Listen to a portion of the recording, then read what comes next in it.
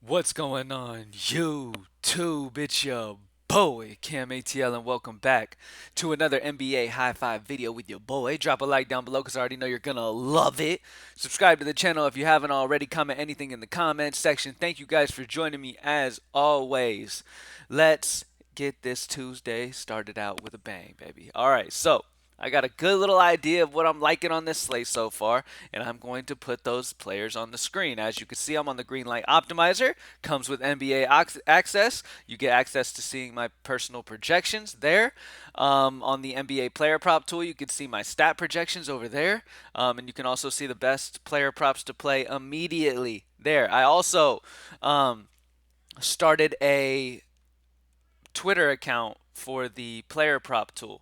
Okay, it's called Props Made Easy. So go on Twitter and follow Props Made Easy on Twitter because we are going to be working on growing the prop tool, making it become its own thing, and just send it off into the atmosphere and just let it fucking skyrocket.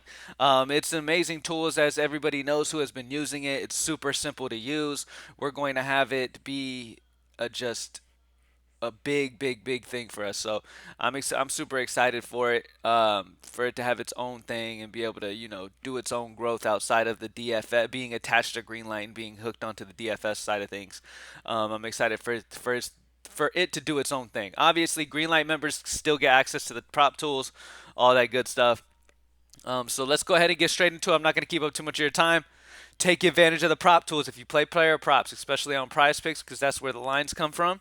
If you play player props, use the NBA player prop tool. Super easy, doesn't require no more research is needed for having to play the best plays in player props. Okay, they're immediate. All that research is done for you already, and the best plays are pointed out for you immediately when you get on the page.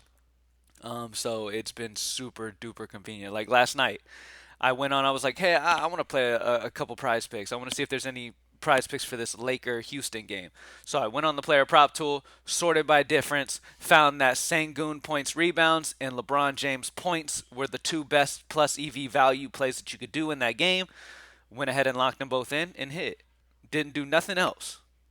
So that's the cool part about these prop tools, and that's really the focus for us, is to make things super duper simple, which is exactly what we do here at Greenlight, baby. We got these optimals to just put y'all on track to fucking smash every single night without you having to sit here and grind super hard all day, because I understand people don't have time for that shit, and if you're not grinding, you're not competing. So it's, you know, Greenlight is here to take a lot of that away, give you the optimizer, be able to build 150 by a click of a button. That's the whole point of everything that I do, is to simplify things for the regular player, make things simple, yet still have success. All right? Let's get straight into this high five, baby. Starting off at point guard. We have Kyrie Irving and Dame Lillard today. I'm going to play both. I really like both of these guards today. Kyrie Irving, no Kevin Durant in a matchup against the Spurs. This is probably the best fantasy environment on this slate. You've got some good defenses on the other side. You got Toronto, Milwaukee, good defenses. Portland, Denver, good defenses. You've got some kind of slowish pace games, whereas this one right here, not much defense is going to be played. A lot of offense should be played. It's a very up-tempo matchup. I really like this spot for Kyrie and these other Brooklyn guys that I'm going to mention here in a minute. But Kyrie Irving, still no KD. I know the dude hasn't been great. I mean, he hasn't dropped a 50 since, what was that? December 18th against Detroit. Okay? But you have to understand this is DFS. And the moment that you put your guard down because a player hasn't done good lately is when he goes off. Okay? And at the end of the day, it's all about opportunity, matchup, and all those other analytics that can go into this that factor into Kyrie Irving being a fantastic play. So a lot of times people will overthink these things and be like, oh, Kyrie hasn't done anything since December 18th. I'm going to let everybody else go on it and I'm going to fade it. Well, wouldn't you think he was due? Especially with Durant out? That's what I would expect. Now, if he doesn't do what he's supposed to do, at the end of the day, you played the educated, smart play. And that's all you really can do. But Kyrie is an amazing option for me here. He's at 9.9. I have him projected over 50 something, easily 5x. Kyrie is a fantastic play, and I'm expecting him to blow up here soon. And against the Spurs could definitely be it. Dame Lillard on the other end of things. Dame's been hot. He's been playing fantastic. This is a game that should be a very good game. This should be a back and forth battle. Both teams are good. This game should stay competitive, and Dame Lillard in competitive matchups is fantastic as well. I mean, Dame has not struggled like Kyrie has at dropping 50s. Dude has dropped 55, 44, 61, 60, and 56 in his last 5 games. So he has been incredibly hot. He's been shooting the ball fantastic. He is in a game that should stay competitive. I really like Dame. He really sticks out to me as a solid play, especially in a competitive matchup here against Denver. All right, as shooting guard, Royce O'Neal. I talked about these Brooklyn guys. I got a couple guys here. Royce O'Neal, and I'm going to go with Ben Simmons.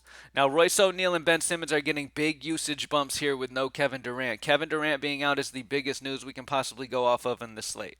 Obviously, DraftKings and them knew that, so the prices are a little more where they should be obviously now with Kevin Durant being out because they knew that when they priced him.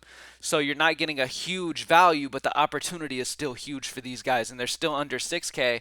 They're starting with no KD. Royce O'Neal's been dropping 30 pluses easy. Ben Simmons is a guy who can put up in multiple categories with no KD. He's also in a fantastic spot, and at only 5'9", I'm expecting 30 to 35 range for him. He's a fantastic spot. Same thing for Royce O'Neal.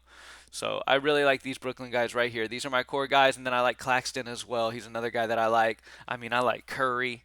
Yeah, so there's Brooklyn guys that I like still, even though their prices have been adjusted. Let's look at center. I'm going to, as center, I'm going to go Jacob Podol. I'm going to get some run back in this core against the Brooklyn guys.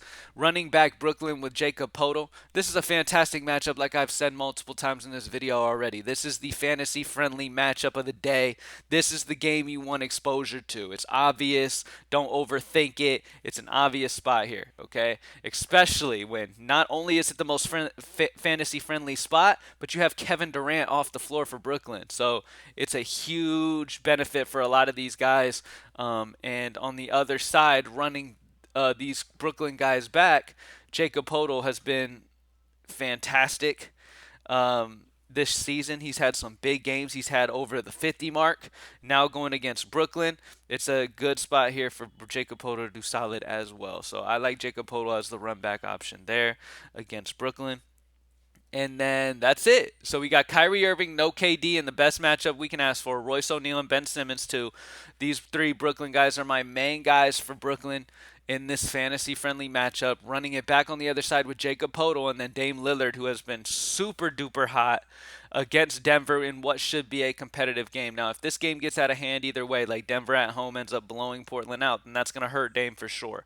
So if you have a strong lean on how you expect that to happen, that definitely could hurt him. But I'm expecting this game to stay competitive. These are 2 good, solid teams that should stay competitive, and Dame should be able to smash. And he's just been shooting the ball very, very well lately and really been putting up a ton of fantasy points. So it's a small 4-game slate. So really, take your time, dissect it. That's what I'm about to do. As soon as I'm done with this video, I'm going to dive back into studying it. This is what I like so far early on. Thank you guys for joining me as always. GreenlightDFS.com to join the squad, and let's get it. I'm out. Peace.